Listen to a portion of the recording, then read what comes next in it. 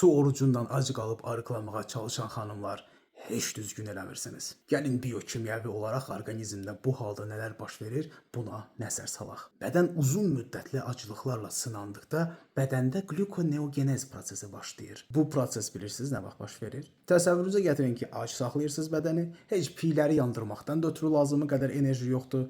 Bəs indi bədən nə etməlidir? Bizim əzələlərimizi parçalayıb yenidən qlükoza yaratmalıdır. Qanımızı qlükoza ilə təmin etməlidir, beynimizi qlükoza ilə təmin etməlidir. Yəni siz çəki itirdiyinizə sevindiyiniz halda əslində əzələlərinizi itirirsiniz. Əzələ kütləsi azaldıqda isə əlbəttə ki, çəkidə tərəzidə də azalma olur. Bundan sonraki proses geri dönəndə çox təəssüf ki, əzələ ilə deyil, siz yağlarla kökəlməyə başlayırsınız. Və hər belə bir pəhrizdən sonra daha yağlı və daha az əzələli olursunuz. Atalar yaxşı deyib, aldım qoz, satdım qoz.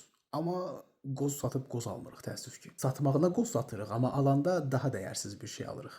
Yəni uzun sözün qısası belə şeylərlə məşğul olmayın. Bu heç bir halda sağlamlıq deyil. Bu videonu da özünü ac saxlayaraq arıqlamağa çalışan bir tanışınıza göndərin. Qoy belə şeylərlə məşğul olmasın.